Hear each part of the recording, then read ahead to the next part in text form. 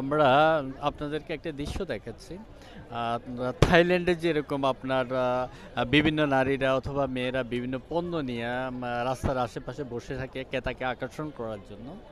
আ আ তো ঠিক যত রাত গভীর হয় থাইল্যান্ডে, ততই ওইখানের বিজনেস মার্কেটটা খুবই জমজমাট হয়। তো আমাদের বাংলাদেশে ঠিক ওই যে থাইল্যান্ডের মতোই, থাইল্যান্ডের মার্কেট প্লেসের মতোই এখানে আপনার যত রাত গভীর হচ্ছে, ততই এখানে ব্যবসা-বাণিজ্য প্রসার হচ্ছে।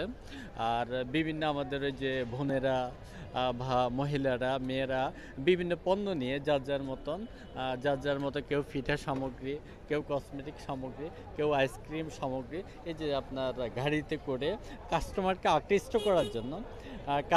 আকৃষ্ট করার জন্য নিত্য নতুন কৌশলে যুগোপযোগী কৌশল অবলম্বন করে তারা আসলে কি তাদের বিজনেসটাকে প্রসার করার জন্য চাচ্ছে আর কি। ঠিক এই দেখেন এখানে আপনার রাত যত গভীর হয় ততই মার্কেট প্লেসটা ততই জমজমাট হয়।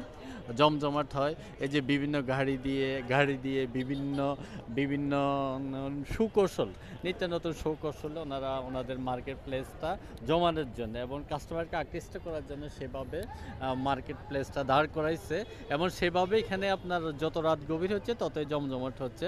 ঠিক বাংলাদেশের একটাই অংশ, রাজধানী ঢাকার একটা অংশ, যেটাকে বলা হচ্ছে গুলশান 2 নাম্বার। এখানে রাত যত গভীর হচ্ছে ততই মার্কেট প্লেসটা ততই জমজমাট হচ্ছে।